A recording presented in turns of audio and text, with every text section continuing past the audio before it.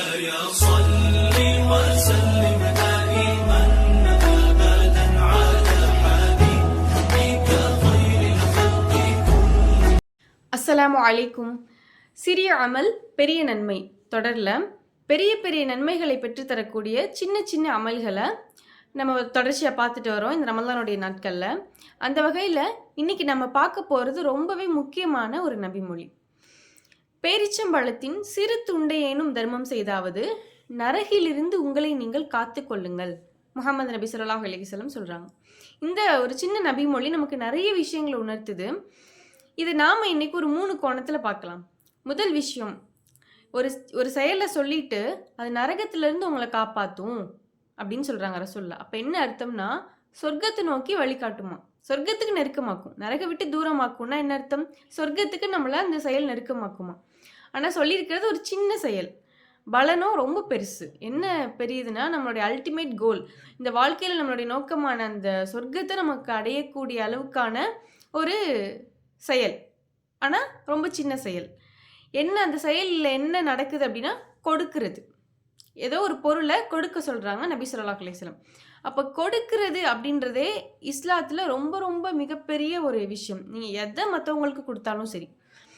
அப்போது அந்த கொடுக்கறதுனுடைய பின்னணி என்ன அப்படின்னா, அல்லாஹ் எனக்கு கொடுத்துருக்கான், நான் உங்களுக்கு கொடுக்குறேன் அப்படின்னு ஒரு மனுஷன் நினச்சா தானே கொடுக்க முடியும். அப்படி நினச்சி கொடுத்தாதான் அதுக்கு பலன் கிடைக்கும். அப்போது நம்ம ஏதாவது நம்மக்கிட்ட இருக்கிற எதையாவது நம்ம கொடுக்கணும். அது வந்து நம்மக்கிட்ட இருக்கிற பொருளாக இருக்கலாம், பணமாக இருக்கலாம், இல்லை ஒரு சிலருக்கு ரெண்டுமே கொடுக்க முடியலனாலும் ஏதோ ஒரு வழிகாட்டுதல்கள் மற்ற நபர்களுக்கு, நண்பர்களுக்கோ குடும்பத்தினர்களுக்கோ கொடுக்க முடியும். இல்லை தன்னை விட வயசில் சின்னதாக இருக்கிறவங்களுக்கு ஒரு அழகிய வழிகாட்டுதலை கொடுக்க முடியும். ஸோ ஏதோ ஒன்று உங்களுக்கு அல்லாஹ் என்ன கொடுத்துருக்கானோ அதை நீங்கள் பிறருக்கு கொடுத்தீங்கன்னா அது அல்லாஹ் கிட்ட ரொம்ப பெரிய விஷயம்.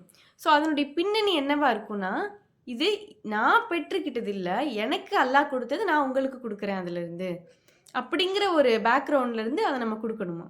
சரி, ஓகே. அந்த செயல் நரக விட்டு தூரமாக்கும், சொர்க்கத்தை நெருக்கமாக்கும். என்ன செயல்னா கொடுக்கறது. ஸோ இந்த ஹதீஸில் குறிப்பிட்ட ரசூல்லா எதையாவது கொடுங்க அப்படின்னு எதை மென்ஷன் பண்ணியிருக்காங்கன்னா, ஒரு ஒரு ஒரு டேட்ஸ், ஒரு பேரிச்சம்பழத்தில் ஒரு சின்ன ஒரு பீஸையாவது மற்றவங்களுக்கு தர்மம் செஞ்சு நரகத்துலேருந்து நீங்கள் உங்களை காப்பாற்றிக்கோங்க அப்படின்றாங்க. அப்போ எந்த அளவுக்கு உங்கள்கிட்ட என்ன இருக்கோ அதை நீங்கள் கொடுங்கன்றத ரசூல்லா எந்த அளவுக்கு அதை ரொம்ப அழகாக வலியுறுத்தி சொல்லியிருக்காங்க அப்படின்றத நம்ம இந்த ஹதீஸில் பார்க்க முடியுது. இன்றைக்கி நம்ம ஒரு சிலரை பார்க்க முடியுது, இந்த விஷயங்கள்லாம் தெரிஞ்சும் தாங்கிட்டேருந்து ஒரு பொருளையோ இல்லை பணமாவோ கொடுக்கறதுக்கு ரொம்ப தயக்கம் காட்டக்கூடிய மனிதர்களை நம்ம பார்க்குறோம். இதெல்லாம் கொடுத்தாதான் நன்மை கிடைக்குமா? நான் தொழுகிறேன், 5 நேரம் தொழுகிறேன், ரமதானுடைய நாட்களில் நோன்பு வைக்கிறேன். ஸோ நான் எந்த ஒரு கெட்ட பழக்கமும் இல்லாமல் நான் என் குடும்பம்னு நல்ல விதமாக நான் வாழ்ந்துட்டுருக்கேன். ஏன் நான் கொடுக்கணும்? கொடுத்தாதான் எனக்கு நன்மை கிடைக்குமா அப்படின்னு ஒரு சில கேள்விகளை ஷைத்தான் பலருடைய மனதில் இன்னைக்கு உருவாக்குறான். இன்றைக்கி நம்ம நிறைய பார்க்க முடியும். அப்படிப்பட்ட மனிதர்களும் இருக்க தான் செய்கிறாங்க. ரசூல்லா சொல்கிறாங்க, யார் பிறருக்கு கொடுக்காமல் முடிந்து வைத்துக் கொள்கிறார்களோ அவர்களுக்கு அல்லாஹும் முடிந்து வைத்துக் கொள்கிறான் நன்மையை. அல்லாஹும் அவனுடைய விசாலத்தன்மையை மற்ற அந்த மனிதனுக்கு கொடுக்க மாட்டானாம். அப்போ எவ்வளோ பெரிய துர்பாக்கியம் அந்த மனுஷனுக்கு கிடைக்கும். எந்த அளவுக்கு நமக்கு அது ரொம்ப பெரிய முக்கியமான விஷயம்னா, அல்லாஹ் மரணித்து பின்னாடி நடக்க போகிற விஷயங்கள்லாம் குரானில் சொல்லியிருப்பான்ல. உலகம்ல அழிஞ்சதுக்கப்புறம் என்ன நடக்கும், ஒரு மனுஷன் மரணிச்சதுக்கப்புறமா என்ன நடக்கும், அதெல்லாம் சொல்லும் போது அல்லாஹ் சொல்லி காட்டுறான். மறுமையில் நரகவாசியான ஒரு மனுஷன் அந்த நரகத்தினுடைய வேதனையெல்லாம் பார்த்துட்டு சொர்க்கத்தினுடைய சந்தோஷத்தெல்லாம் பார்த்துட்டு என்ன சொல்லுவான்னா, எனக்கு ஒரு வாய்ப்பு கிடைச்சா நான் திரும்பவும் இந்த உலகத்தில் போய் வாழ்ந்து தர்மம் செஞ்சு நிறைய நன்மையை சம்பாதிச்சுட்டு வருவேனே அப்படின்னு சொல்லுவானா. இப்போ எவ்வளோ நல்ல செயல்கள் இருக்குல்ல, ஏன் அந்த மனுஷன் தர்மம் செய்கிறத சொல்லணும், பேசணும், யோசிக்கணும்? அது அல்லாஹ் குரானில் சொல்லியிருக்கான்.